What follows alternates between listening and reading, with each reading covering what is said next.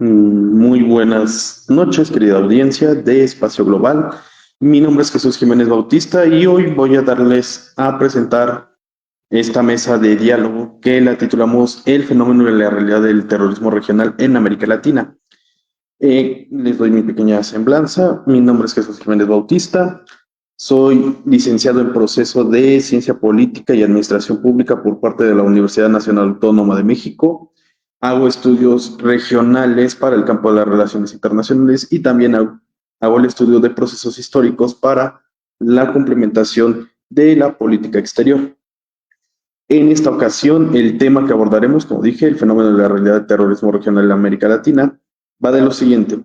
Desde México hasta el sur del continente, todo este espacio territorial se ha encontrado envuelto en temas de narcotráfico y crimen organizado, en donde grandes ciudades están al acecho del crimen organizado, donde hay desapariciones día a día, donde se usan las redes sociales para las amenazas y o el reclutamiento hacia las filas del crimen organizado. Incluso ha generado posicionamientos políticos como el que conocemos de Donald Trump hacia México. Estas cosas a veces nos hacen compararlas con ciertos casos como los grupos islamistas de extrema de extrema política como son Al Qaeda o los grupos que atacan en Medio Oriente y en partes de Europa. Eso y más cosas nos hace preguntar si América Latina también está envuelta ya en un periodo de terrorismo. Para esta mesa les voy a presentar en primera instancia a Isis Estrada.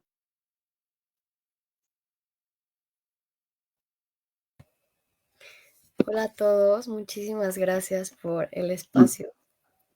Hola Isis, les doy su semblanza. Isis es egresada de la licenciatura en Relaciones Internacionales y ha sido una partícipe activa en modelos de Naciones Unidas, tanto a nivel nacional como internacional, a lo largo de su trayectoria. Ha colaborado con diversas organizaciones juveniles, destacando su compromiso con el liderazgo y la participación ciudadana. Actualmente se desempeña como secretaria general del Consejo Estatal de Puebla por la Red Juvenil por México y coordinadora de la sección Cooperación Internacional en el Centro de Estudios de Espacio Global. Un gusto, Isis.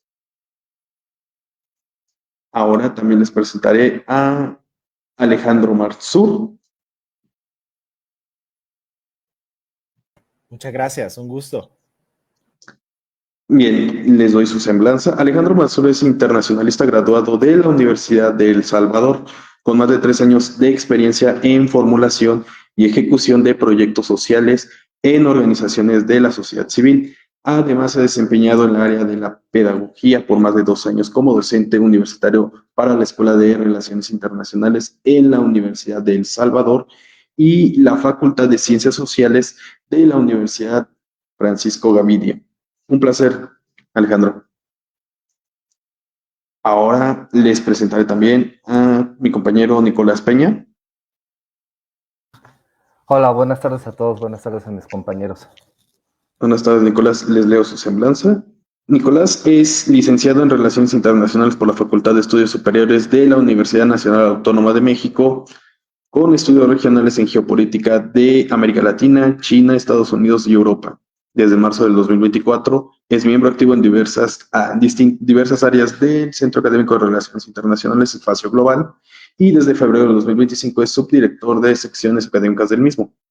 Participante en distintos cursos de formación académica dentro de la UNAM, siendo algunos de estos como las implicaciones hemisféricas en los procesos sociopolíticos en el Caribe, nuestro Haití y Cuba, la pandemia del COVID-19 desde el enfoque teórico de las relaciones internacionales, la geopolítica de China desde la política exterior de Xi Jinping, cuenta con un diplomado por la UNAM, en la cual se tituló Nuevos Escenarios Internacionales de América Latina y el Caribe. Mucho gusto, Nicolás. Y bueno, si acaso hoy, ahorita todavía no nos acompaña y le externamos una disculpa a ustedes por el momento, en lo que se integra, les presento, bueno, les voy a hablar la semblanza de la compañera Rocío Romero. politóloga egresada de la Universidad Central del Ecuador, con una sólida formación en Administración Pública, Gestión de Proyectos y Derecho Internacional. Posee un diplomado en Gobernanza y Gestión Pública de la UACD. Su experiencia incluye el análisis de las políticas públicas, la coordinación de proyectos de capacitación en cultura política para los jóvenes indígenas. Actualmente es colaboradora de la sección Coyuntura Internacional de Espacio Global.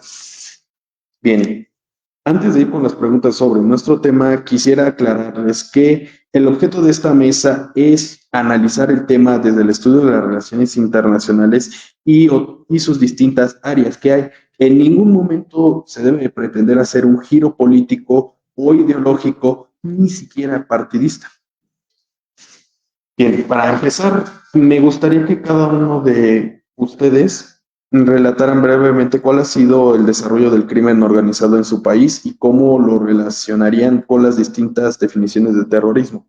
Entiéndase por terrorismo que es aquella acción por parte de un ente público para infundir terror en diferentes sectores similares a él.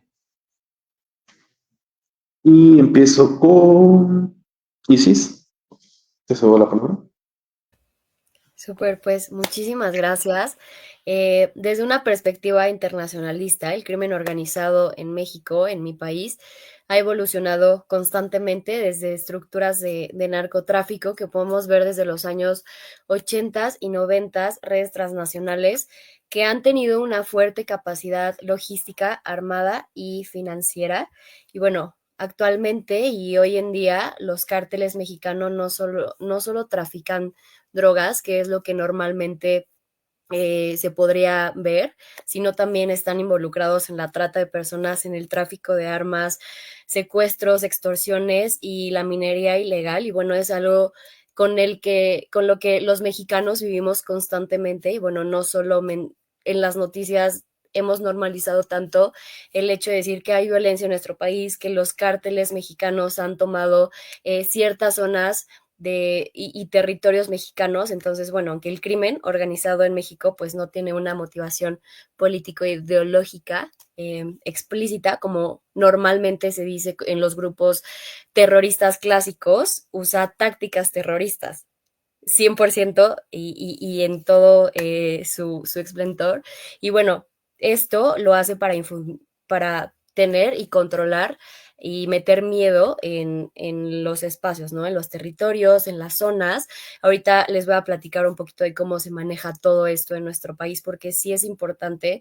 Los medios de comunicación ahorita, pues, son fundamentales en las relaciones internacionales y en todo, pero sí es importante el cómo se ve internacionalmente un país. Y bueno, todo esto genera debilitamiento del Estado y afecta a la población civil como si esta fuera una zona de conflicto. De hecho, América Latina y bueno, también México está dentro de uno de los países más peligrosos para vivir, para todas las personas, especialmente para las mujeres. Y bueno, justo aquí quiero tocar este tema. Las mujeres, así como los hombres, sí se enfrentan como aún más y son más vulnerables, en donde literalmente su cuerpo y su vida se han convertido en un botín de guerra y es algo tan feo porque nosotras hemos normalizado tanto esto. Ahorita les voy a contar un poquito de unas cifras que sí impactan en nuestro país. La impunidad que hay en con los gobernantes, la complicidad estatal y el debilitamiento de las instituciones que ha habido, pues ha permitido que las mujeres sean violentadas sexualmente porque son reclutadas forzosamente o son desaparecidas. En enero del presente año se calculó que desaparecen y hay 16 feminicidios al día en nuestro país, matan a 16 mujeres al día en México y esto está tan normalizado y la gente y nadie está haciendo nada. También se enfrentan a la trata con fines de explotación sexual en redes controladas por cárteles y esto también se da más en las regiones, por ejemplo, en los interiores de los estados, en las sierras, son asesinadas por razones de género, donde el crimen organizado está peor que nunca y bueno, las desaparecen y muchas otras más situaciones que justo están tan normalizadas. Tenemos también el tema de las madres buscadoras, que literalmente están haciendo pues la chamba del gobierno y de lo que debería estar haciendo el gobierno. Entonces es una situación bastante complicada que nosotros como internacionalistas y como comunidad internacional tendría que estar volteando a ver. Muchísimas gracias. Perfecto, Isis. Ahora le cedo la palabra al compañero Alejandro. Gracias, Jesús. Bueno, igual gracias al equipo de Espacio Global por la invitación. Creo que es importante este tipo de espacios para conocer un poco en perspectiva, ¿no?, lo que sucede en todos los países, en todas las regiones. Hay incluso representación de Sudamérica y Centroamérica. Yo creo que eso es muy valioso. Voy a tratar de ser lo más breve posible porque este ha sido un problema, el tema del crimen organizado, particularmente en El Salvador, con el tema de las pandillas. Primero, de análisis para la política nacional de los últimos 5 años, podríamos decir, es la punta de lanza del gobierno actual, es el principal problema estructural que ha venido combatiendo durante todo este tiempo. Pero esto tiene, por supuesto, un contexto histórico que creo que es muy importante establecer, y yo podría dividir que existen 3 hitos importantes que rigen cuáles son los orígenes de las pandillas en El Salvador y por qué se asentaron como se asentaron y hasta el punto en el que llegamos ahora, que se habla del combate contra el terrorismo de las pandillas, ¿verdad? El primero y los 3 hitos que voy a mencionar creo que son importantes analizarlos desde las relaciones internacionales, basado desde una lógica estructural, porque responde a problemas estructurales, y el primero de ellos tiene que ver precisamente con una guerra civil. Nosotros allá por la década de los 80 iniciamos una guerra civil entre la guerrilla del FMLN contra pues el gobierno y los militares, y a partir de eso lo que se generó fue la necesidad de la gente, principalmente de las comunidades más vulnerables, de emigrar principalmente a Estados Unidos, y partiendo de un fenómeno estructural como lo es una guerra civil que duró aproximadamente 12 años, y a partir de ahí esto lo que generó fue que estos grupos vulnerables generalmente eran personas pobres, personas que fueron desplazadas por la misma necesidad, se asentaran en Estados Unidos, principalmente en la costa oeste de Estados Unidos, generando pues que junto con la cultura que existía allá por la década de los 80, principios de los 90, de esta figura de los barrios que existían allá, principalmente en Los Ángeles, en donde se instaura 2 grandes grupos criminales que después íbamos a conocer como la MS y la Mara número 13. Entonces teníamos los 2 bandos de poder que en la década de los 90, luego de políticas migratorias que se implementaron en Estados Unidos, son grupos que fueron obligados a migrar nuevamente a El Salvador, fueron deportados, digámoslo así. Entonces partimos de una guerra civil, se instauran en Estados Unidos bajo esta lógica pandilleril y luego regresan a El Salvador, y desde la década de los 90 hasta prácticamente los 2010 han sido grupos que se han mantenido dentro de las comunidades, no solo rurales, sino también en el casco urbano pues, de todo el país, pero siempre viviendo o estableciéndose bajo lógicas estructurales, es decir, bajo problemas de violencia, por supuesto, pobreza, desigualdad socioeconómica, falta de oportunidades, y esto fue lo que generó realmente un cúmulo de problemas estructurales que por supuesto El Salvador no fue capaz de solucionar con el retorno de todos estos grupos deportados, y lo que generó fue una fortaleza para estos grupos, hasta que allá por el año 2022 se catalogan o se empiezan a catalogar como grupos terroristas, ¿ya? Entendidos que ya no solo eran pandillas, sino que eran grupos, como Jesús lo mencionó en su momento, que en el contexto social generaban terror y tenían cierto dominio, no solo social, sino que también económico y por supuesto político. Entonces creo que esto es muy importante. Esos son los 3 hitos que destaco muy brevemente por temas de tiempo: el tema de la guerra civil, luego cómo se instauran en la década de los 90 y son deportados por las mismas políticas migratorias de Estados Unidos, y finalmente en el año 2000 hasta los 2010 cómo se establecen, ¿no?, bajo problemas estructurales solamente. Ok. Ok, ahora le cedo la palabra al compañero Nicolás. Gracias, Jesús, y nuevamente reiterando el saludo para todos. Quisiera esta parte del crimen organizado y el narcotráfico ponerle en dos premisas. La primera, partiendo desde el realismo que vemos o que se estudia en las relaciones internacionales, en donde el realismo parte de ese poder o de la búsqueda de poder, un poder político, un poder económico, un poder ideológico, un poder militar. Pues hemos visto cómo el crimen organizado poco a poco a lo largo de los años aquí en México ha acaparado o ha desarrollado estas estructuras de poder. La segunda parte es que el crimen organizado, como su nombre lo dice, es organizado, organización. O sea, estamos hablando de que queramos o no, ya es un organigrama que tiene desde el capo, llámese el nombre que ustedes quieran, del capo más importante del mundo, hasta los que son reclutados simplemente como los que van y cobran piso, hablando por un tema. Entonces estamos hablando de todo un organigrama en donde ya es una organización, y si lo queremos ver muy fríamente, estamos hablando ya de toda una empresa. Y si lo llevamos a esta analogía de una empresa, ¿qué implica? Que tiene pues trabajadores, que tiene mercado, oferta, demanda, eh, estaciones en ciertos puntos.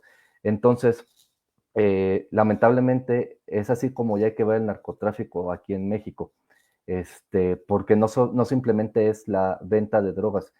Como menciono, hay otras áreas, está el cobro de piso, está, ya lo mencionaba Isis, está las desapariciones, eh, los secuestros, los feminicidios, y pues obviamente todo esto genera una organización y, ¿qué es lo más importante? Genera poder, un poder económico. Y aquí estamos hablando de que nos referimos a que si ven que es fácil o que es rentable, lo pongo entre comillas, rentable, eh, cobrar piso, asesinar o vender drogas, pues volviendo a la parte de que es una empresa, obviamente lo van a hacer porque pues es lo que les genera ganancias. Ahora, por otro lado, hay mano de obra o hay gente que busca trabajo, y por las condiciones que ha habido en México a lo largo de los últimos, podemos hablar, vamos a dejarlo en estos 20 años o lo que ha sido este siglo, de desempleo, de pobreza, de migración hacia Estados Unidos. Obviamente hay gente que por la necesidad o por la desesperación de tener ingresos en sus casas, pues buscan un trabajo.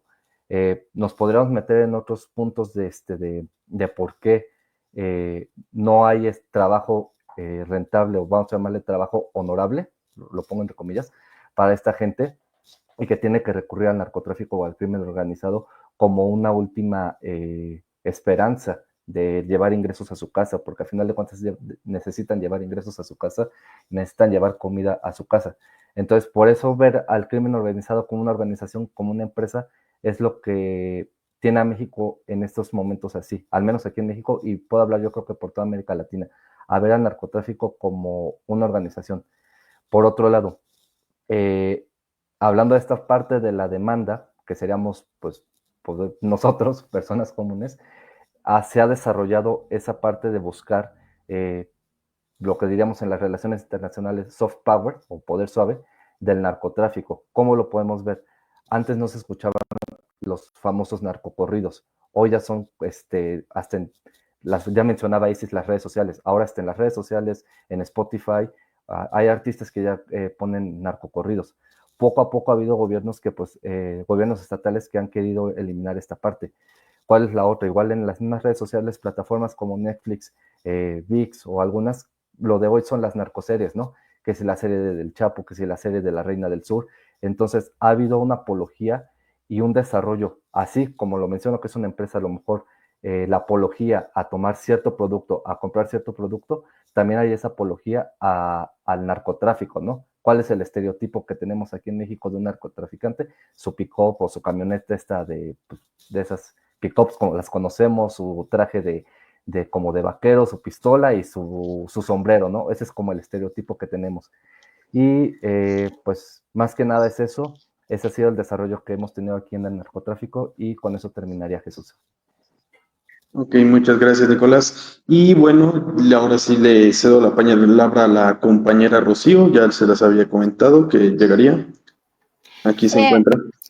Muchísimas gracias con todos por la espera. Bueno, vamos a hablar en el contexto de Ecuador, y para empezar, lo primero que hay que tener en cuenta es que el crimen organizado transnacional es un fenómeno relativamente reciente aquí en Ecuador. Primero porque durante el siglo XX el país fue principalmente un punto de tránsito para el narcotráfico, ¿no? Y bueno, después los carteles, principalmente colombianos, fueron los que utilizaron al país para exportar droga y traficar repercursores químicos, que son los que se utilizan para Rocío, la... ¿Sí? Rocío, disculpa que te interrumpa. ¿Podrías mostrarnos? Ahora sé que tu cámara no se ve. Ay, ¿en serio? Sí, es que tenía un problema con la compu, pero no. Sí, está prendida. Y... Sí, ¿No se sigue, le sigue, ve? sigue. Sí, sí, Oh. igual sigue, sigue. Bueno, si no se puede, pues ahora sí que sigue, sigue. Bueno, lo importante es de que, bueno, ya en los años 90 aquí en el Ecuador, el conflicto armado colombiano viene a traspasar la frontera de las FARC y ingresan aquí a Ecuador, ¿no? Entonces, establecen campamentos, laboratorios y redes logísticas, lo que llega a traer grupos paramilitares. Entonces, a inicios ya del siglo XX, predominaban las bandas locales, sin gran alcance, pero Ecuador se volvió cada vez más relevante en la logística del narcotráfico internacional bajo la influencia de organizaciones criminales, principalmente colombianas y mexicanas. Y en la década de los 2000 es donde el Estado viene a implementar estos procesos de pacificación con las pandillas juveniles aquí en el Ecuador, como los Latin Kings, ¿no? Y tiene cierta relevancia, ¿no? Pero ya a finales de esta década, Ecuador viene a experimentar un auge de la delincuencia de carteles internacionales como el cartel de Sinaloa, el cartel de Jalisco Nueva Generación y también de las redes balcánicas que subcontrataron a bandas locales para tareas operativas como el traslado de la droga, ¿no? Entonces, ya para el 2019 se viene a evidenciar un proceso de atomización del crimen. Aquí el 2019 es un año muy, muy crucial para la nueva era del crimen organizado aquí en el Ecuador. ¿Por qué?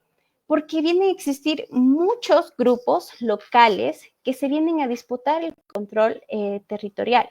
Y lo que esto viene a desatar una ola de violencia, también de tráfico de armas, de lavado de activos y corrupción institucional. Y, en cambio, en la pandemia, en el 2020 viene a profundizar esta crisis y viene a debilitar aún más la capacidad estatal.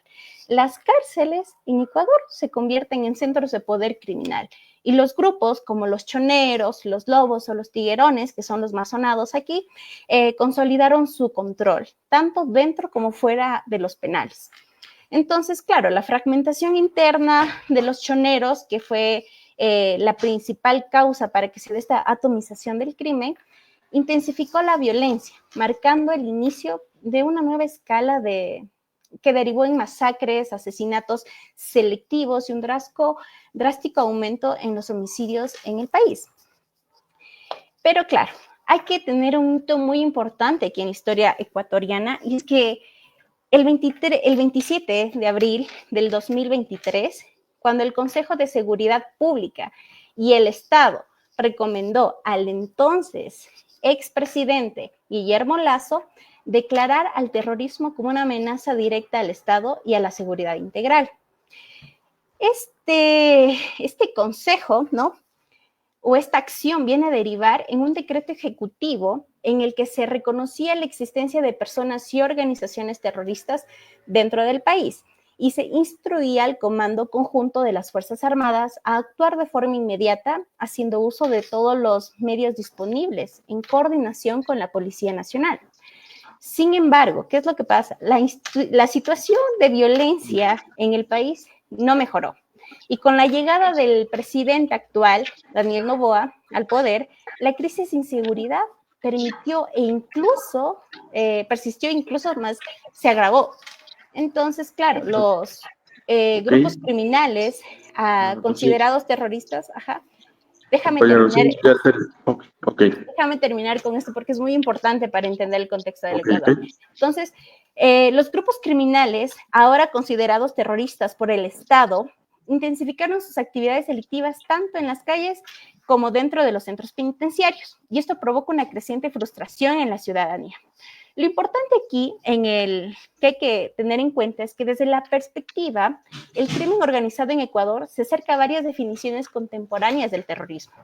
Aunque no persigue fines ideológicos o religiosos en ningún sentido clásico, sus acciones buscan influir en las decisiones políticas, como la creciente suspensión de elecciones en zonas afectadas por la violencia, principalmente en la zona costera ecuatoriana, y deshabilitar también el Estado y generar terror en la población. Y tal como lo señala el informe de la Organización de Crimen Organizado, el crimen ha asumido funciones de control social y también de gobernanza local, imponiendo reglas, horarios y formas de justicia en los barrios donde el Estado ha perdido presencia. Exacto, con esto termino. Ajá, sí, con esto termino. Okay. Lo último. A ver. Ajá. Sí. Adelante. Lo que hay que tener en cuenta aquí es que en el Ecuador ya el crimen organizado no es una amenaza solamente criminal, es también una forma de terrorismo que viene a ser difuso y que atenta contra las condiciones básicas de convivencia y democracia estatal. Con esto termino, estimado. Muchas gracias, Rocío.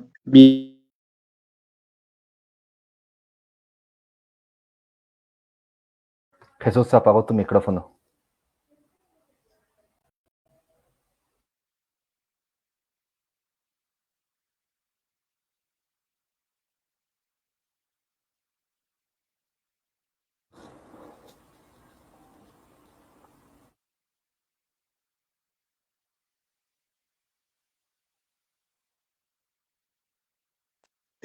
Perdón, ahora sí.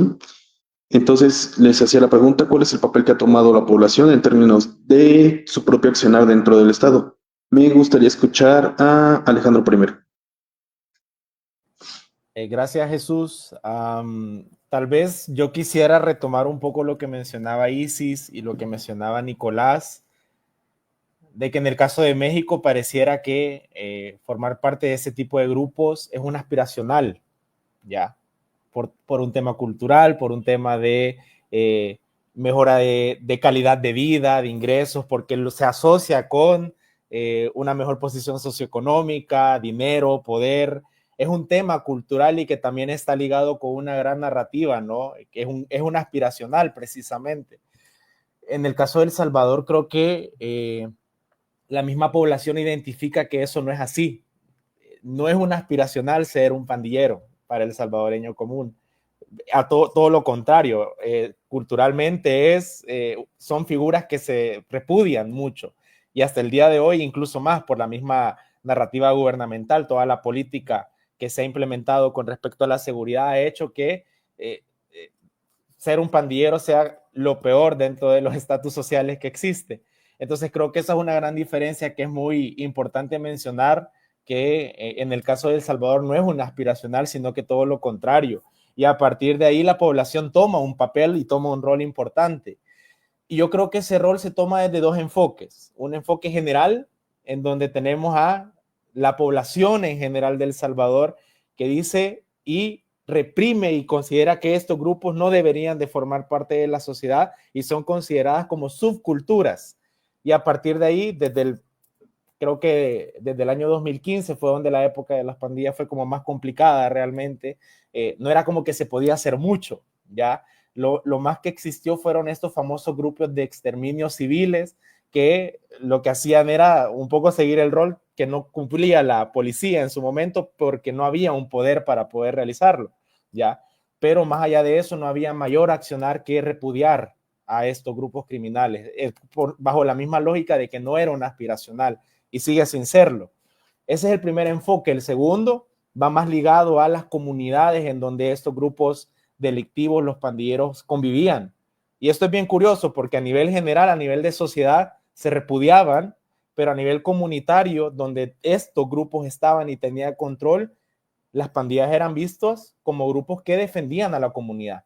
Tenían una lógica de protección, ¿ya? Porque tenés a dos grandes bandos de pandillas, la MS, la 18 y la 13, que a nivel de territorio están gestándose conflictos para dominar los territorios comunitarios y los espacios rurales y urbanos de El Salvador, pero esa misma situación te genera que tenés que ver a estas figuras dentro de tu comunidad como aquellos que te protegen y aquellos que te cuidan, ¿ya?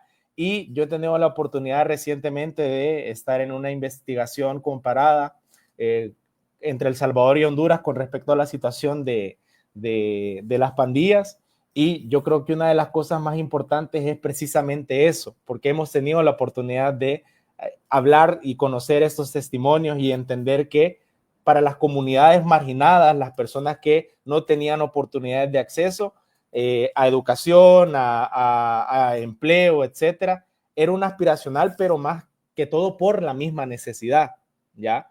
Y creo que ese es un punto muy diferenciador, y también cómo se miraba desde la perspectiva global, que sigue siendo ahorita grupos repudiables, y cuando aquí se hablan de pandillas, cualquier salvadoreño y cualquier salvadoreña te va a decir que es el peor germen que ha tenido este país, y lo van a sostener por obvias razones, y pueden que hayan comunidades muy focalizadas, muy marginalizadas, que no te lo van a decir, pero en sus vivencias sí se establecen que estos grupos se miraban como figuras de protección. Únicamente. Gracias, Jesús. Ok, muchas gracias, Alejandro. Ahora me gustaría escuchar a Nicolás sobre este tema. Gracias, Jesús. Quisiera poner un ejemplo que acaba de suceder esta semana aquí en México, un caso muy sonado. Fue bueno, en las redes sociales se le conoce como la abuela sicaria. Fue una señora que atentó contra la vida de otras personas porque estas estaban invadiendo su casa. Bueno, esa es como la versión oficial, ¿no? La que se escucha en las noticias. ¿A qué voy con esto? La gente obviamente está desesperada. La gente lo que busca es tranquilidad, ¿no? O sea, yo creo que uno en la vida lo que quiere es comida, seguridad, techo, ropa, ¿no? Y cuando estas se fragmentan, cuando estas se ponen en peligro o se desequilibran, pues entra en desesperación y en ese temor, ¿no? Y puede ser lo que le pasó en este caso que les pongo, ¿no? Pero ¿qué pasó con este caso? Se subió en redes sociales, que es al siguiente punto que voy. Y las redes sociales se han convertido hoy en día en el mejor elemento y la mejor herramienta para las personas en todo lo que tiene que ver con esta cuestión del tema que estamos tratando el día de hoy. Pero a su vez hay dos partes en las redes sociales, la buena y la positiva y la tal vez negativa, como la queramos ver.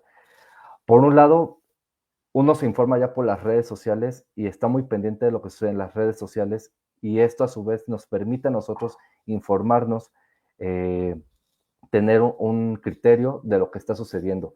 Salir a carretera puede ser uno que pues te metes a Twitter y ves que es tendencia X carretera y te informan ahí que pues ya no puedes salir, ¿no? Que ya no puedes transitar ahorita por ahí porque están asaltando, te están bajando de tu carro, ¿no? Eso hasta cierto punto a la gente le genera esa información, ¿no? Ese respaldo.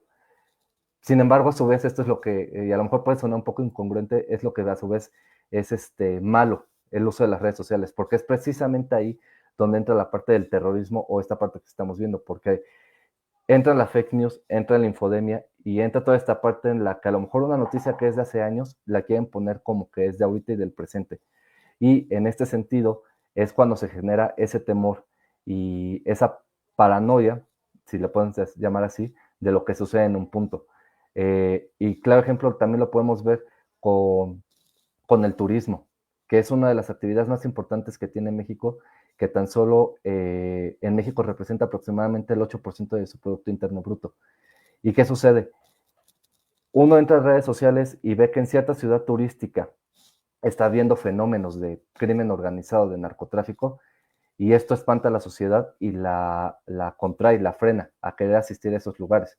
Entonces, al momento de ver las redes sociales y de ver cómo el turismo, que es una actividad que empieza desde a lo mejor una persona que va al Oxxo hasta el simple hecho de subirse a un avión, o sea, toda esa cadena productiva, toda esa cadena de lo que implica el turismo, nos puede ir representando cómo es que la población se va alejando, acercando previniendo o haciendo campañas para protegerse entre ellos mismos, o a su vez campañas para desprestigiar un lugar por cosas que están pasando ahí. Llámese Acapulco, que era un destino turístico de toda la vida, ¿no? O sea, aquí en México yo creo que todos crecimos o hemos crecido con que fuimos a Acapulco, ¿no? Hoy en día pues se sabe que no se puede ir a Acapulco. Cancún es otro, donde hay casos entre los taxistas, entre los bares, en narcotráfico, en los hoteles, bueno, en la propia zona hotelera, cada vez está habiendo más impacto en el turismo. Y un punto que ya voy a tocar más adelante con una de las siguientes preguntas es cómo esto afecta a su vez en términos de la política exterior y del turismo extranjero para el desarrollo del país. Y con eso lo dejaría, Jesús. Ok, muchas gracias, Nicolás. Ahora le cedo la palabra a la compañera Isis. Muchas gracias, Jesús. Bueno, retomando esta pregunta que sí es bastante importante, en nuestra sociedad como mexicanos no vamos a normalizar que los ciudadanos quieran ser o llegar a ser parte del crimen organizado, pero sí hay muchos territorios en los cuales de verdad está controlado por el crimen organizado y literalmente es lo que ven todos los días los niños y con lo que crecen todos los días y está tan normalizado porque toda su vida han vivido así y es un tema bastante fuerte porque cómo le puedes explicar a esos niños que eso está mal cuando toda su familia vive del crimen organizado, cuando toda su familia ha vivido así y bueno, también retomando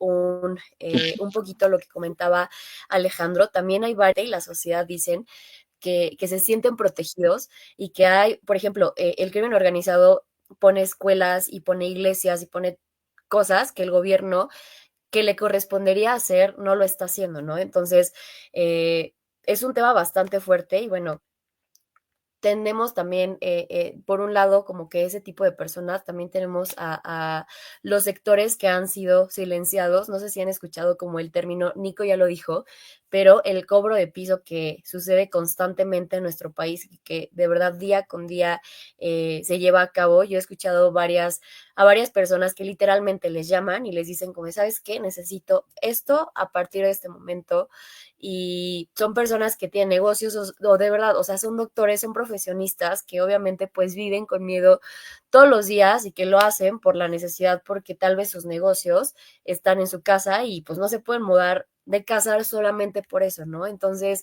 quiero también retomar un poquito lo de los narcocorridos aquí en México y es culturalmente, o sea, desde años existen los narcocorridos que son como homenajes también a ciertos cárteles y también hacen series y mil cosas.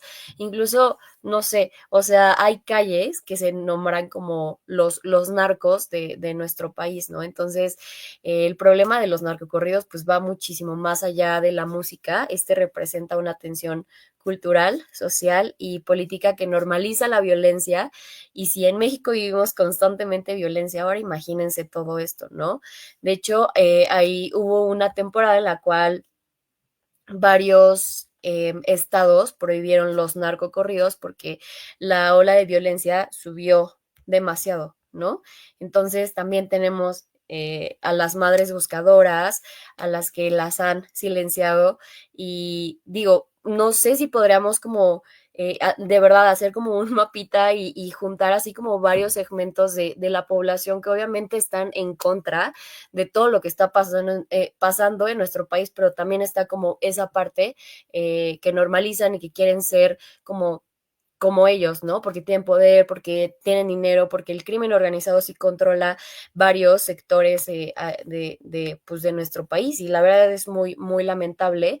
Y bueno, también quería retomar un poquito el tema de las redes sociales a comparación de El Salvador ahorita, o bueno, yo veo constantemente en ex, antes Twitter, el tema de las pandillas en El Salvador y cómo los castigan. Entonces, de verdad, yo veo como de esto debería de estar aplicando el gobierno de México para nuestro país, ¿no? Entonces, bueno, creo que sí es importante el cómo la comunidad internacional ve todo eso. Y bueno, ya para terminar y para cerrar mi participación, quiero enfatizar, y creo que lo haré en las siguientes preguntas también, el papel de las mujeres. Y bueno, ahorita tenemos el tema de las madres buscadoras, que como saben ha sido un caso internacional y sonado internacionalmente, el caso de Teuchitlán, Jalisco, en el cual se encontró un campo de exterminio y literalmente lo encontraron mujeres organizadas en, pues sí, literalmente buscar a sus hijos, que una mamá no tendría que estar buscando a sus hijos, y es una situación bastante lamentable. También agregar a los periodistas, a los defensores, a los activistas, a las feministas que han denunciado públicamente al crimen organizado y han pues aprendido a vivir con todo esto. Con esto termino mi intervención. Muchísimas gracias por su Ok, atención. ok. Ahora le cedo la palabra a Rocío. Claro, a ver, retomando ya todo lo que han dicho pues mis compañeros, el caso de Ecuador creo que es un poquito diferente en el hecho de que, como estaba mencionando Isis, hay la sociedad allá en México, ciertos grupos como que se organizan y pues llegan a tener este tipo eh, de encuentros, ¿no? De lo que pasó ahí recientemente en México. Acá en Ecuador se ve obviamente también este hecho de que los adolescentes, los niños, al no tener las oportunidades que un Estado debería de darles, por ejemplo, de educación, de salud, de vivienda, de necesidades básicas, creo que todos necesitamos, y al no tenerlas, como que te orillan a obtener esta parte de, quien dice, entre comillas, este dinero fácil, ¿no? Que no es tan fácil porque se pierde vidas, se pierden niños, que aquí en el Ecuador se reclutan niños desde los 8 años para que se formen como sicarios. Es algo muy lamentable. Ha habido una recesión en los centros escolares en el Ecuador de niños, de adolescentes, y lo fuerte de aquí es de que obviamente todos conocemos estos números, sino que lo triste es de que cada niño, cada adolescente pasa a ser parte de las cifras, ¿no? Y tanto ni el Estado, ni el Estado vela por ellos, y tampoco no hay una organización dentro de la sociedad. Es una sociedad que está atemorizada. Tiene temor, tiene incertidumbre, y aunque tenga una demanda constante, no está organizada.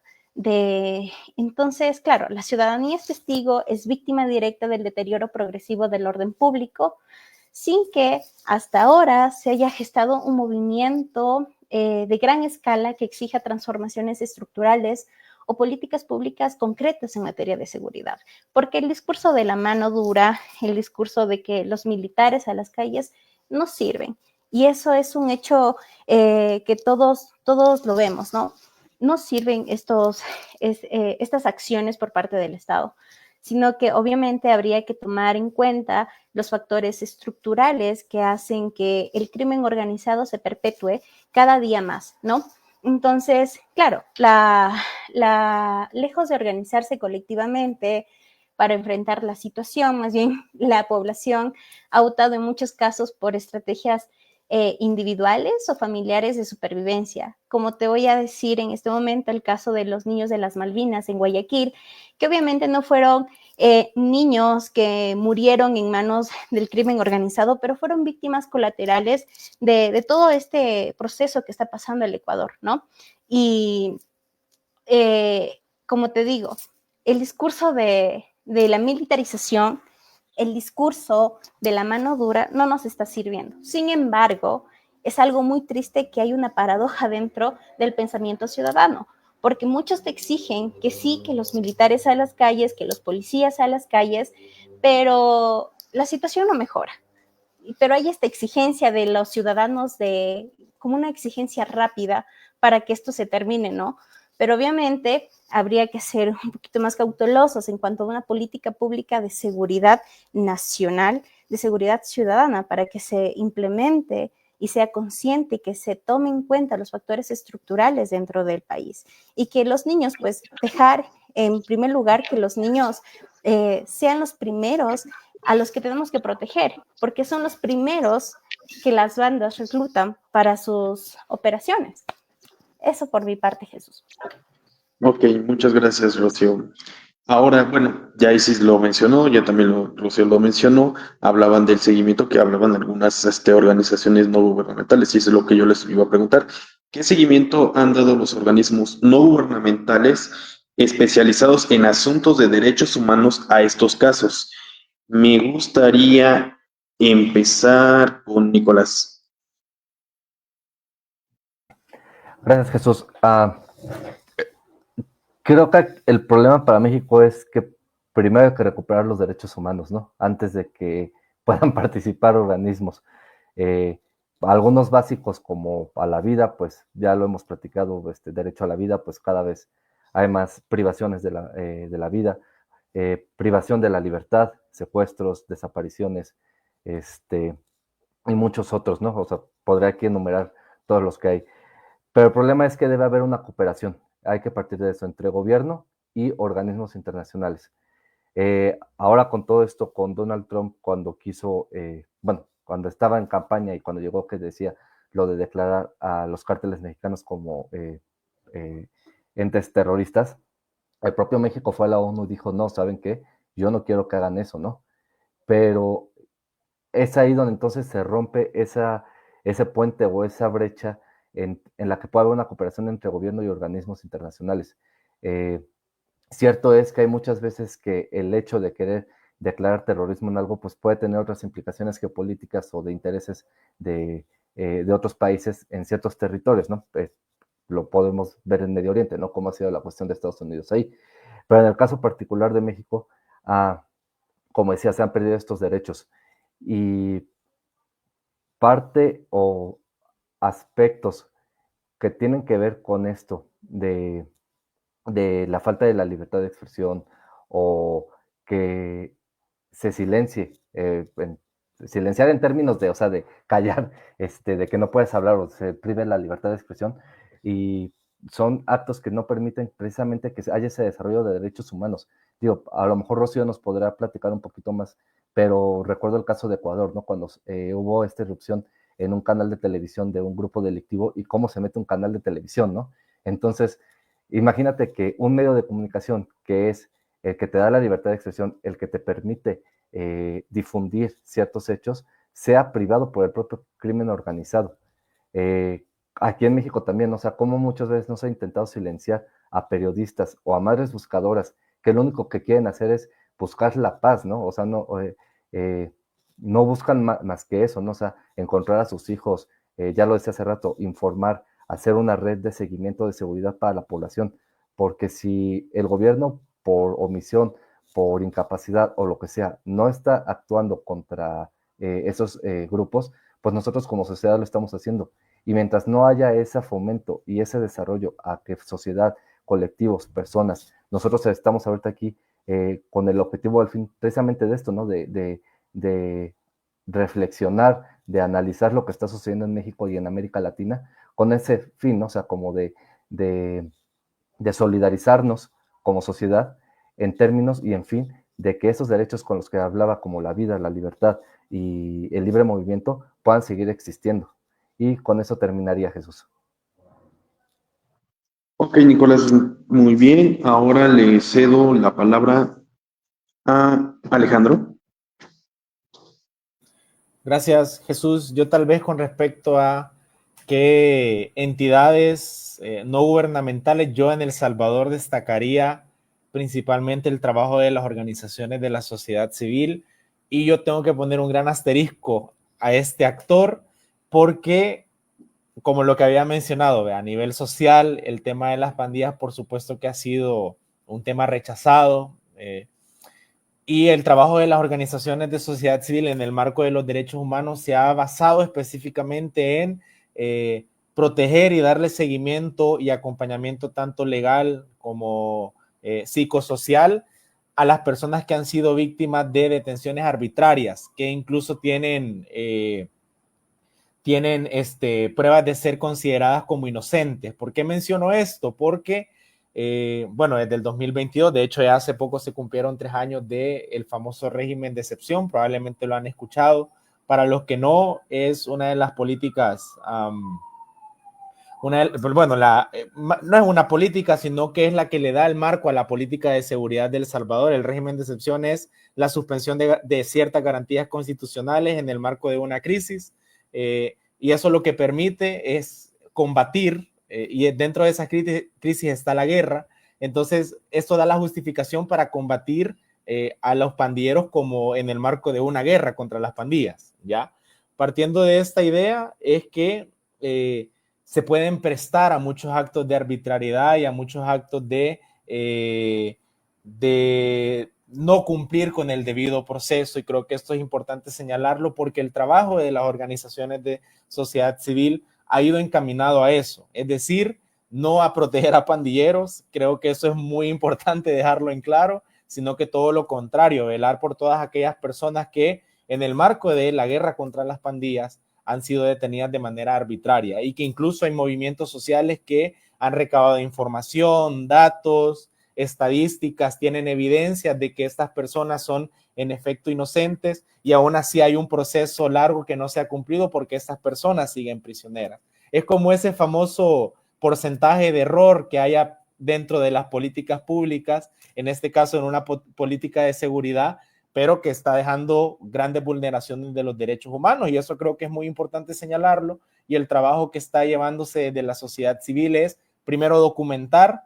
Yo he tenido la posibilidad de acompañar un proceso de investigación, bueno, de una colega igual de México, con respecto al rol de la sociedad civil, y hay muchos informes que hablan precisamente de cuál es el estado, ¿no?, de las personas capturadas en el marco del régimen de excepción, las personas inocentes capturadas en el marco del régimen de excepción, y son informes muy gráficos, muy visuales, ya, que evidencian, ¿no?, las situaciones precarias que viven personas que, ojo, no están detenidas en el famoso CECOT, que no sé si lo conocen, que es el Centro de Confinamiento contra el Terrorismo, que es donde están los pandilleros estos que están todos tatuados y que sí tienen porte de pandilleros, sino que son personas que están en centros penitenciarios de manera temporal, ¿ya? Y que aún así las situaciones son muy precarias precisamente por este margen de error, y que se presta a situaciones de arbitrariedad. Entonces, ese es el trabajo que está haciendo las organizaciones de sociedad civil, documentar.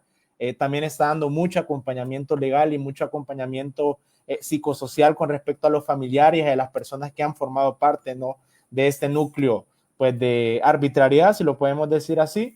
Y esto también ha ido acompañado del trabajo de organizaciones internacionales, como la misma Amnistía Internacional, probablemente la ubican también, que ha acompañado a estos procesos, y un poco por ahí ha sido el trabajo de las organizaciones de la sociedad civil. Recalco, no es para defender pandilleros, jamás ha sido ese el propósito, y sigue sin serlo, porque el trabajo no va enfocado a eso, sino a velar por las personas inocentes. Creo que eso es importante también siempre. Únicamente, muchas gracias. Ok, muchas gracias, Alejandro. Ahora me gustaría escuchar a Rocío. Claro que sí, Jesús. Concuerdo con Alejandro el tema de que obviamente tenemos pues organismos internacionales, como en el caso de Ecuador, la Fundación Regional de Asesoría en Derechos Humanos y la Comisión Ecoamérica de Derechos Humanos, ¿no? También como los informes que hace Human Rights. Sin embargo, creo que en este caso y en el contexto del Ecuador, al Estado muy poco le importa lo que dicen estos informes. Es como, sí son cifras, son seguimientos que hacen, pero muy poco les importa, porque las desapariciones forzadas que se han dado aquí en el Ecuador, se las evidencia, se les hace todo un seguimiento, y al fin de cuentas siguen pasando. Pasan los días y eso se termina olvidando, pese a de que la violencia es nuestro principal problema, ¿no? Para los ecuatorianos, el problema más importante para nosotros es la seguridad, ¿no? En un 48%, seguido del desempleo. Entonces, claro, tenemos todas estas fallas estructurales.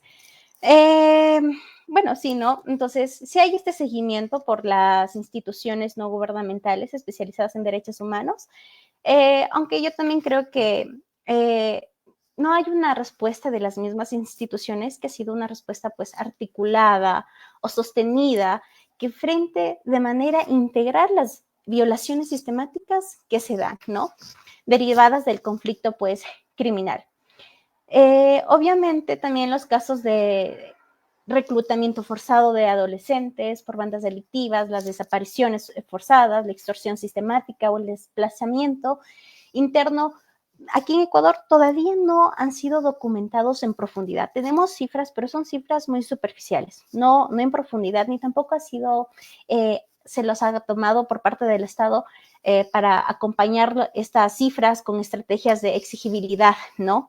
Y de oferta que el Estado le debería de dar a la ciudadanía. Entonces, claro, además de la creciente criminalización de la protesta, también más o menos como me estaba mencionando Nicolás, esto de la libre expresión, cuando se tomó TLC aquí en Ecuador, ¿no? Fue como que un punto de inflexión para nosotros, porque fue el día de que se hizo el conflicto armado interno aquí en el Ecuador y para nosotros, todo el escenario internacional como que quedamos excluidos, ¿no? Bueno, también está esto del discurso oficial que vincula derechos humanos con defensa de criminales. Quienes hicieron el ataque a TLC fueron adolescentes. Fueron creo que 2 personas adultas, pero los demás eran adolescentes, niños de 13, 14, 15, 16 años. Entonces, claro, está este alto riesgo que implica trabajar en zonas dominadas por grupos armados que han dificultado la acción de estas organizaciones. En este escenario, creo que muchas de ellas operan en condiciones precarias y quizás con el escaso respaldo internacional y obviamente como todas ellas, al menos la mayoría se basa de los datos que ofrece el Estado, también tienen estas limitaciones, ¿no? Entonces no pueden ofrecer en un amplio panorama de lo que está pasando, entonces está este punto. Con eso culmino, Jesús. Muchas gracias, Rocío. Y ahora le cedo la palabra a la compañera Isis. Por favor.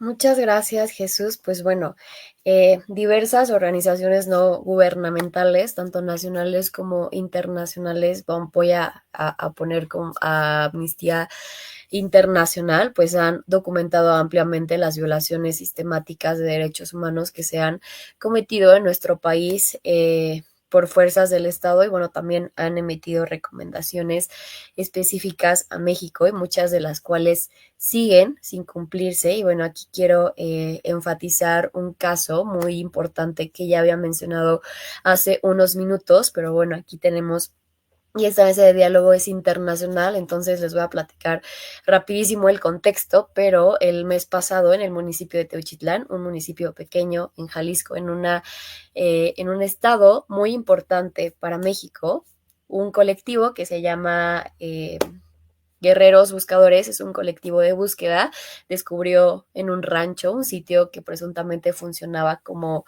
centro de reclutamiento y exterminio del cártel Jalisco Nueva Generación. Y bueno, aquí pues fue muy lamentable, pero se encontraron crematorios clandestinos, restos humanos, mochilas, zapatos, pertenencias de personas que habían estado ahí y esto obviamente evidenció la magnitud de la crisis de desapariciones que está viviendo y la ola de violencia que está sucediendo en nuestro país y bueno, también puso de manifiesto el labor de las madres buscadoras. Quiero enfatizar aquí todo esto, quienes a pesar de todo, de enfrentar violencia, del crimen organizado y bueno, también del gobierno han continuado con la búsqueda de sus seres queridos. Es muy lamentable, a mí me cuesta mucho hablar de este tema porque es bastante triste y bueno, también el papel de los jóvenes ha sido bastante importante. De hecho, pocos días después de que se descubrió esto, varios jóvenes en muchas ciudades se manifestaron literalmente de noche con luces y porque quieren hacerle ver al Estado que nos están matando a los jóvenes, están matando a las mujeres y bueno, esto nada más es un resultado de que el Estado ha fallado como garantizante de los derechos humanos y que el Estado quienes nos deberían de cuidar, las autoridades quienes deberían de estar con nosotros o de nuestro lado son los que nos están literalmente dando la espalda. Las madres buscadoras literalmente están siendo un nuevo rostro de la justicia en México. Lo comentaba al principio con mi primera respuesta. Las madres no deberían de estar buscando a sus hijos y lo están haciendo, ¿no? Y bueno, al final tenemos también la militarización que no ha dado resultados. En México durante estos años ha pasado una situación bastante complicada con todo el gobierno en el Congreso y bueno, todo esto ha influido a que la ola de violencia se dé un poquito más. Estoy checando mi tiempo, si me paso por favor me interrumpen. Y también hay algo que quiero como recalcar muchísimo, la memoria, la verdad y la justicia es una deuda internacional desde una visión internacionalista, porque justo nosotros tenemos que analizar como todo esto. México tiene compromisos firmados ante el Comité contra la Desaparición Forzada de las Naciones Unidas, la Convención Interamericana sobre la Desaparición Forzada y el Sistema de Protección de los Derechos Humanos de la Organización de los Estados Americanos. Y a pesar de todo esto, no hay identificación de víctimas, no hay verdad, no hay justicia social y bueno, la comunidad internacional, y ahorita ojalá mis compañeros puedan hablar un poquito de cómo se está viendo esto, pero la comunidad internacional está viendo a México como un país en crisis. Y bueno, con esto concluyo. Muchísimas gracias. Muchas gracias, Isis. De hecho, precisamente ahora que tocaste la cuestión de la comunidad internacional, esta es la siguiente pregunta que quiero abordar. ¿Qué impacto internacional han percibido sobre estos casos? Y me gustaría que cuando terminen de contestar esta pregunta, me dieran un minuto extra para decirme qué se puede aportar para la resolución de estos casos. Empiezo con Rocío. Sí, a ver, claro, a ver, contestándote a la primera pregunta, ¿qué impacto internacional? A ver, en el plano diplomático, aquí pues varios países latinoamericanos y europeos han mostrado esta preocupación por el impacto regional del narcotráfico y el crimen transnacional que existe aquí en el Ecuador, ¿no?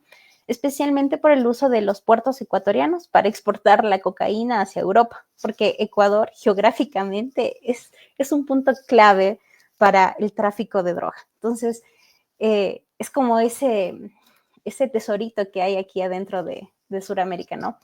Entonces, claro, esto ha motivado pues una mayor, como que hay esa motivación, o más bien esa de que, Ecuador está sufriendo, se hace reconocer ante la comunidad internacional que Ecuador está sufriendo tales crímenes de violencia, altas tasas de violencia, perdón, y con el conflicto armado interno que se hizo pues esta noticia internacional y llegó a oídos pues, de demás países, nos ha dejado en una situación de qué miedo ir a Ecuador. A Ecuador no vayas, porque eso es lo primero. Ecuador no vayas porque si te vas, te matan.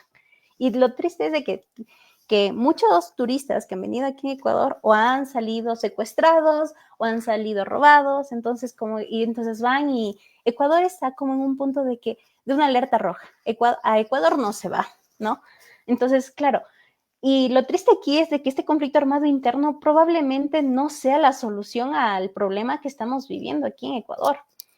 Como ya dije, militarizar las calles y el discurso de mano dura no es la solución para los problemas estructurales y profundos que tiene el país.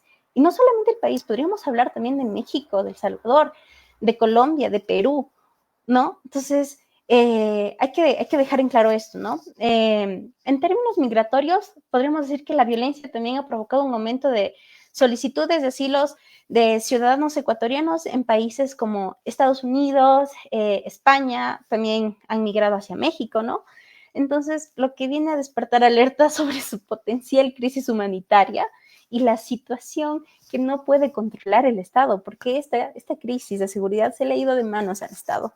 No solamente al actual gobierno, sino que también a los anteriores. Se les han estado yendo de las manos. En resumen, entonces, la crisis ecuatoriana ya no se percibe como un problema aislado, sino como un eslabón más de una red criminal transnacional que genera inestabilidad en la región andina y preocupa a la comunidad internacional. Es decir, Ecuador pasa a ser uno más en las cifras. Entonces, claro, ¿qué se puede aportar para la resolución de estos casos? Yo diría que dentro aquí del país sería una reforma profunda del sistema penitenciario. O sea, las cárceles aquí se han convertido en centros de operaciones del crimen organizado, por lo tanto que es urgente recuperar el control institucional, separar los grupos delictivos dentro del sistema y garantizar condiciones dignas que rompan los ciclos de violencia. Y así pues también se pueden hacer obviamente la prevención y la reinserción social de todos los PPL, justicia, también combate a la impunidad para que todos los casos de desapariciones forzadas no queden en impunidad. Por el caso en Ecuador, el más sonado es el caso de las Malvinas. Y por último, para terminar, creo que es muy necesario el respeto al Estado de Derecho. Es el pilar esencial para cualquier respuesta legítima frente a una crisis de seguridad. Entonces yo quiero dejarlos con esto, ¿no? Porque en contextos como el que vive actualmente el Ecuador existe el riesgo de que las medidas excepcionales como estados de excepción, uso de fuerzas armadas en tareas internas o decretos ejecutivos se conviertan en prácticas que normalizan y socavan las garantías democráticas que tiene el país y digamos las pocas garantías democráticas que aún le quedan. Entonces, lo que quiero dejar aquí y quiero que mi intervención quede clara es que el respeto al Estado del Derecho es un pilar fundamental, ¿no? Entonces, no se puede permitir que la crisis de seguridad sea usada como un pretexto solamente para consolidar el poder político o para llegar hacia el poder político, ¿no? Entonces, la militarización de la seguridad interna, la restricción prolongada de derechos y la concentración de decisiones en el Ejecutivo son señales de una alerta. Esto no solo erosiona la legitimidad del Estado, sino que también profundiza el ciclo de violencia. Los ciudadanos comienzan a percibir al Estado no como garante de derechos, sino como otro actor de conflicto. Y eso es lo que nosotros deberíamos de evitar, analizar y proponer algo, ¿no? Algo mucho más efectivo y concreto para que el Estado de Derecho pues se cumpla. Esa es mi intervención, Jesús. Muchas gracias, Rocío, por tu participación. Y ahora le cedo la palabra a la compañera Isis.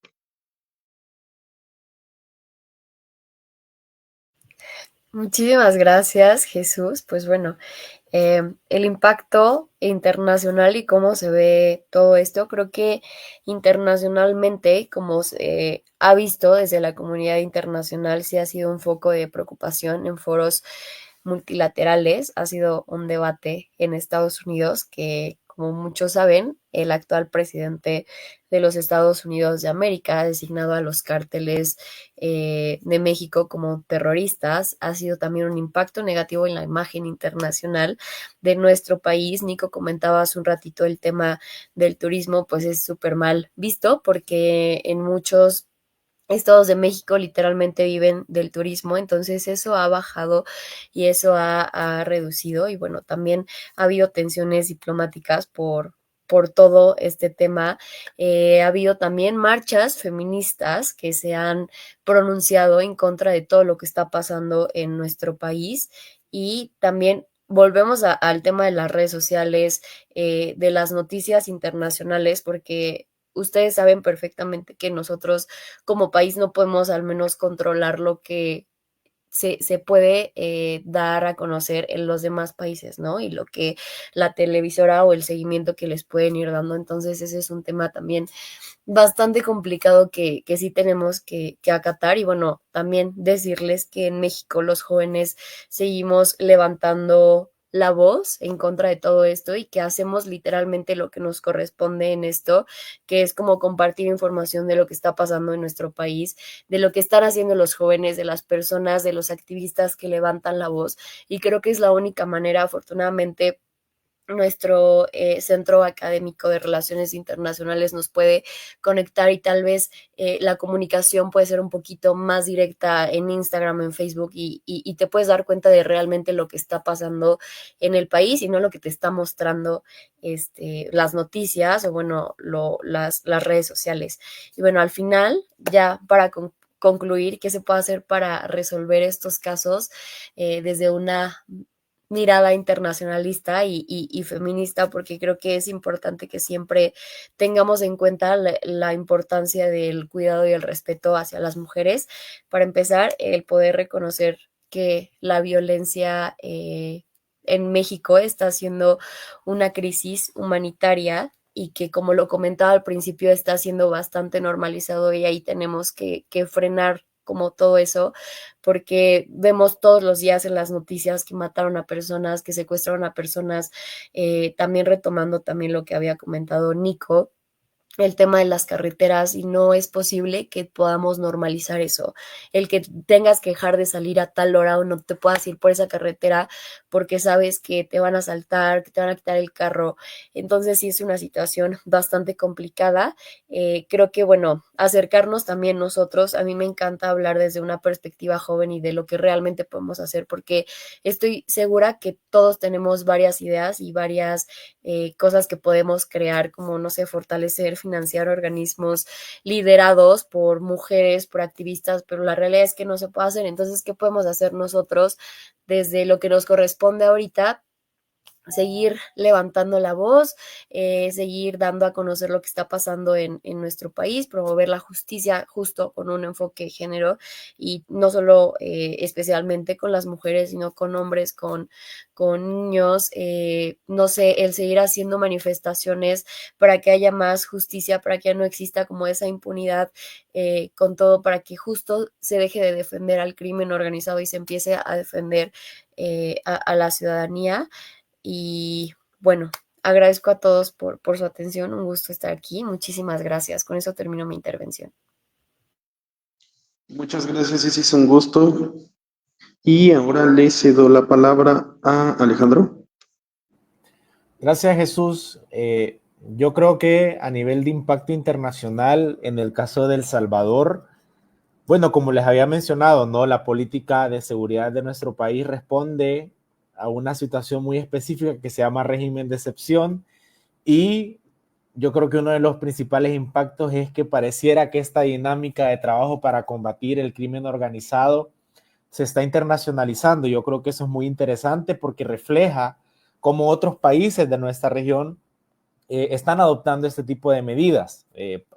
Países como Ecuador, Honduras, etcétera, la misma Colombia también, buscan establecer mecanismos para solucionar de alguna u otra manera el tema del crimen organizado bajo la misma fórmula que ha establecido el gobierno de El Salvador. Y yo creo que eso es bien interesante porque te habla de una manera en la cual se están replicando este tipo de mecanismos.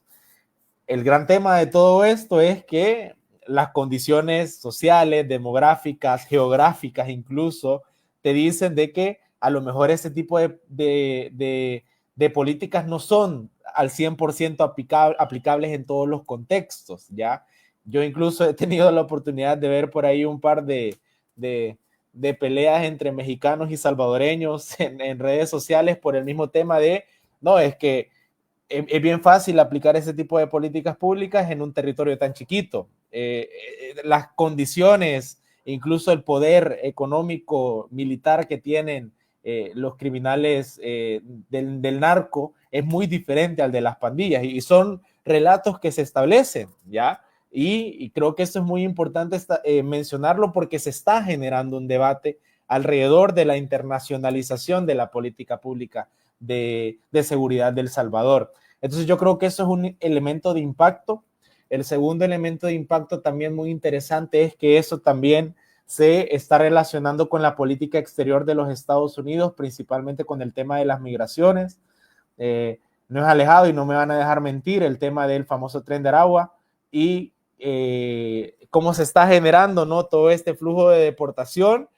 Y primero, hay un gran grado de estigmatización con respecto al migrante, a la persona deportada, número uno, y este marco de error que hay alrededor de este tipo de decisiones en el caso de una política exterior o una política implementada por Estados Unidos, en donde se están transfiriendo a estas personas que, por supuesto, que hay miembros delictivos, pandilleros, criminales organizados, y que se están trasladando hacia el famoso SECOT aquí en El Salvador. Pero esa cuota, ¿no?, de personas inocentes, ya han salido a relucir algunos casos de personas que han sido trasladadas al SECOT de manera injustificada hasta este momento. No podemos decir que son personas inocentes, por supuesto, pero sí de una manera injustificada. Entonces creo que es muy interesante también cómo eso se relaciona con el tema de la política exterior de Estados Unidos, ¿no?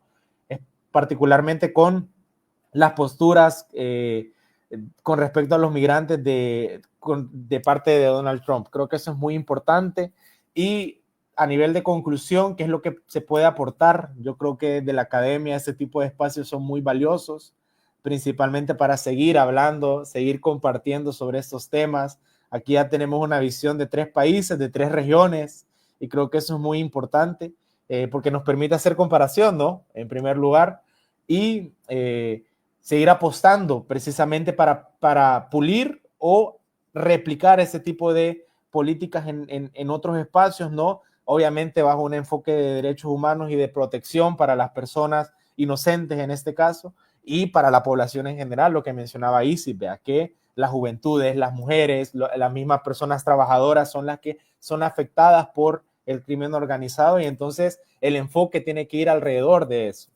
Y otro tercer elemento creo que siempre es responsabilizar a los actores que tienen que proveer este tipo de condiciones. En este caso es el Estado, el gobierno central, y que no podemos dejar de lado su responsabilidad, vea, en todos los casos. Y creo que el caso de México es uno de los más claros porque pareciera que es la sociedad la que está tomando riendas en el asunto, y creo que es algo que se tiene que seguir evidenciando, que es lo que hace el Estado, independientemente del gobierno que sea, el Estado como figura, qué es lo que hace y qué es lo que tiene que hacer para poder solucionar, ¿no? Y poder reducir estas brechas de inseguridad y de problemas estructurales con respecto a los crímenes organizados, en este caso el narcotráfico en México. Yo igual me quedaría por ahí. Muchísimas gracias y pues nada, regreso el micrófono a Jesús. Muchas gracias, Alejandro, un gusto. Y por último, le cedo la palabra a Nicolás. Gracias, Jesús. A experiencia personal, hace unas semanas estuve fuera del país y cuando me preguntan, ¿de dónde eres? No, pues de México. En otros tiempos hubiera escuchado, México, tequila, tacos, salsa, ¿no? No sé, y cuando les digo, no, pues soy de México, narcotráfico, que no puedes salir ahorita, que Donald Trump los está atacando mucho con lo de las drogas y el narcotráfico, y fue así como que, pues, ¿qué? ¿Para qué digo que no, verdad? Sí, sí. Entonces, obviamente ha habido un giro de 180 grados en la perspectiva que se tiene de México desde fuera. Desafortunadamente, este tema del crimen organizado, pues, y ya que ya más o menos lo mencionaba Rocío, se ha convertido en una herramienta electoral. Lo fue para Trump, ya también lo mencionaba Isis, cómo declara a los cárteles como personas terroristas o actores terroristas. Y pues obviamente esto genera eso, ¿no? Toda una campaña que le permite a ciertos personajes agarrarlos como eje de su campaña, como herramienta específica para poder llegar al poder. Y a su vez es el mismo crimen y el mismo narcotráfico se ha convertido en una herramienta de negociación. Lo vimos con los 29 o 20 y tantos personajes del crimen que mandaron a Estados Unidos en términos de negociación, ¿no? Lo estamos viendo ahorita con los aranceles, ¿no? O sea, cómo es un estilo y afloje de que si me mandas uno, te quito un arancel, si me mandas dos, esto, entonces toda una negociación, ¿no? Mientras en otros tiempos a lo mejor se hubieran negociado con cuestiones más de bienes, de productos, y que digo, a lo mejor va de la mano con lo que decía de que el crimen es toda una empresa y una organización, pues ahora es esto, ¿no? Se ha convertido en toda una herramienta de negociación del narcotráfico entre México y su mayor socio comercial y político e histórico, que es Estados Unidos, ¿no? Y ya igual la manera de conclusión que se puede hacer, ya lo mencionaba también Rocío, es la parte de las instituciones, ¿no? En estos tiempos en los que mucho se pregunta en las relaciones internacionales cuál es el nuevo orden mundial o la reconfiguración, pues tiene mucho que ver con las instituciones, ¿no? Y hacia dónde están dirigiendo las democracias. Sin importar la ideología, sin importar si son izquierda o derecha, las instituciones se están debilitando. Y esas instituciones son las que nos dieron el respaldo y nos dieron las bases para lo que, bueno, malo, mucho, poco, pues hemos crecido como mundo, ¿no? Globalizado, conectado, cooperando entre nosotros. Así como México está cooperando con Estados Unidos o está empezando a negociar que si el TEMEC y los aranceles, pues también que lo hagan en términos de derechos humanos y de toda esta cuestión de la tranquilidad que se busca como región. ¿Qué pasó con El Salvador? Pues se peleó el gobierno mexicano con el gobierno de El Salvador, ¿no? Porque ponían que si el ejemplo de El Salvador era el idóneo, México que no. ¿Qué pasó con Ecuador? Lo mismo, ¿no? Se pelearon aproximadamente, ¿fue el año pasado? Sí, creo que fue el año pasado cuando se pelearon diplomáticamente, ¿no? Cuando podrían cooperar en términos de, pues, de que ya lo vimos ahorita aquí en esta mesa, ¿no? Comparten más o menos la misma historia geográfica en términos de lo que implica el tráfico de drogas. Lo mismo con Estados Unidos, tenemos una larga historia, y así como tenemos el TEMEC, y que lo mencionó Isis, tenemos muchos tratados internacionales que se pueden utilizar para buscar esa cooperación, pero desafortunadamente, como ya lo vimos a lo largo de esta mesa, mucho tiene que ver el poder y las ganas de utilizar esta coyuntura a favor de unos y olvidándose de quienes realmente se importa, que somos la sociedad de pie, ¿no? Y como decía Alejandro, fomentar estos espacios, ¿no? Las redes sociales, utilizarlas para bien, evitar la polarización, evitar esa parte de que lo que tú digas está bien y lo que yo digo está mal. Entonces, pues eso, ¿no? Yo creo que yo lo dejaría ahí, y pues muchas gracias a todos por estar aquí y habernos acompañado. Muchas gracias, Nicolás. Y bueno, ya para cerrar esto, les agradezco mucho que hayan estado aportado aquí, hayan aportado sus ideas sobre este tema bastante complicado, pero que se puede sacar y rescatar muchas cosas para la obtención de o la erradicación, lo que se ha idealizado mucho, la erradicación de tanto de la violencia como del crimen organizado, e incluso la erradicación del propio terrorismo que se ha tenido. Pues bien, no hay más que agregar. Les agradezco mucho que estén aquí de nueva cuenta. También le agradezco a la audiencia por haberse presentado, por habernos hecho el honor de habernos visto, y los esperamos para otra ocasión.